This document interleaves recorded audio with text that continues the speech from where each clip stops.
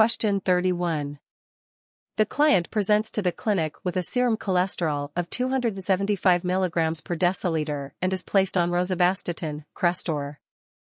Which instruction should be given to the client taking rosuvastatin, Crestor? A. Report muscle weakness to the physician. B. Allow 6 months for the drug to take effect. C. Take the medication with fruit juice. D. Report difficulty sleeping. Answer A is correct.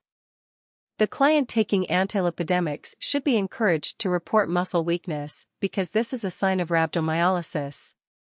The medication takes effect within 1 month of beginning therapy, so answer B is incorrect. The medication should be taken with water because fruit juice, particularly grapefruit, can decrease the effectiveness, making answer C incorrect.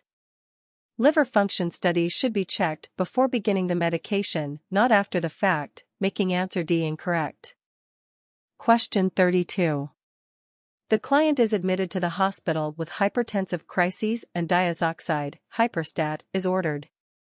During administration, the nurse should A. Utilize an infusion pump. B. Check the blood glucose level.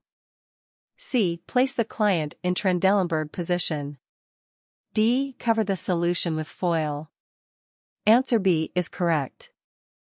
Hyperstat is given for push for hypertensive crises, but it often causes hyperglycemia. The glucose level will drop rapidly when stopped. Answer A is incorrect because the hyperstat is given by for push. The client should be placed in dorsal recumbent position, not Trendelenburg position, as stated in answer C. Answer D is incorrect because the medication does not have to be covered with foil. Question 33. The 6-month-old client with a ventral septal defect is receiving Digitalis for regulation of his heart rate. Which finding should be reported to the doctor? A. Blood pressure of 126/80. B. Blood glucose of 110 mg per deciliter. C. Heart rate of 60 bpm. D. Respiratory rate of 30 per minute. Answer C is correct.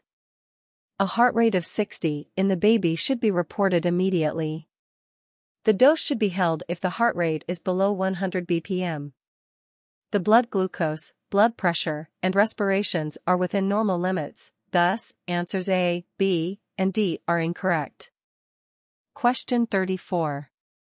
The client admitted with angina is given a prescription for nitroglycerin. The client should be instructed to A. Replenish his supply every 3 months. B. Take one every 15 minutes if pain occurs. C. Leave the medication in the brown bottle. D. Crush the medication and take with water. Answer C is correct. Nitroglycerin should be kept in a brown bottle, or even a special air and watertight, solid or plated silver or gold container, because of its instability and tendency to become less potent when exposed to air, light, or water. The supply should be replenished every 6 months, not 3 months, and 1 tablet should be taken every 5 minutes until pain subsides, so answers A and B are incorrect. If the pain does not subside, the client should report to the emergency room. The medication should be taken sublingually and should not be crushed, as stated in answer D. Question 35. The client is instructed regarding foods that are low in fat and cholesterol. Which diet selection is lowest in saturated fats? A. Macaroni and cheese. B. Shrimp with rice. C. Turkey breast. D. Spaghetti with meat sauce. Answer C is correct. Turkey contains the least amount of fats and cholesterol. Liver, eggs, beef, cream sauces, shrimp, cheese, and chocolate should be avoided by the client, thus, answers A, B, and D are incorrect. The client should bake meat rather than frying to avoid adding fat to the meat during cooking. Question 36. The client is admitted with left-sided congestive heart failure. In assessing the client for edema, the nurse should check the A. Feet. B. Neck. C. Hands. D. Sacrum. Answer B is correct. The jugular veins in the neck should be assessed for distension. The other parts of the body will be edematous in right-sided congestive heart failure, not left-sided, thus, answers A, C, and D are incorrect. Question 37. The nurse is checking the client's central venous pressure. The nurse should place the zero of the manometer at the A. Phlebostatic axis, B. A PMI, C. Ubbs point, D. Tail of Spence. Answer A is correct. The phlebostatic axis is located at the fifth intercostal space mid-axillary line and is the correct placement of the manometer.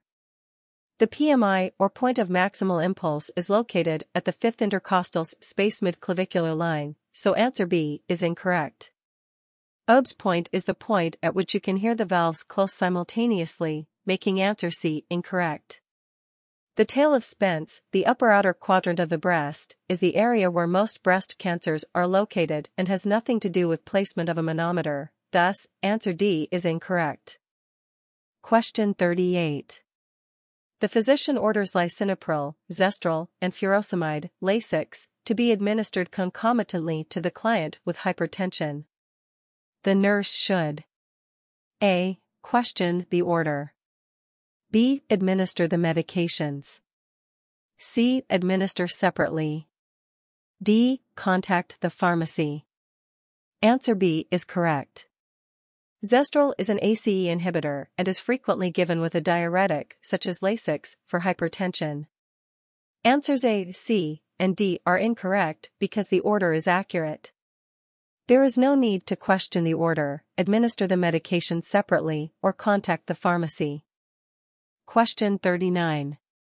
The best method of evaluating the amount of peripheral edema is A. Weighing the client daily, B. Measuring the extremity, C. Measuring the intake and output, D. Checking for pitting. Answer B is correct. The best indicator of peripheral edema is measuring the extremity. A paper tape measure should be used rather than one made of plastic or cloth, and the area should be marked with a pen, providing the most objective assessment. Answer A is incorrect, because weighing the client will not indicate peripheral edema. Answer C is incorrect, because checking the intake and output will not indicate peripheral edema. Answer D is incorrect, because checking for pitting edema is less reliable than measuring with a paper tape measure. Question 40. A client with vaginal cancer is being treated with a radioactive vaginal implant. The client's husband asks the nurse if he can spend the night with his wife. The nurse should explain that overnight stays by family members is against hospital policy. B. There is no need for him to stay because staffing is adequate. C. His wife will rest much better knowing that he is at home. D. Visitation is limited to 30 minutes when the implant is in place. Answer D is correct.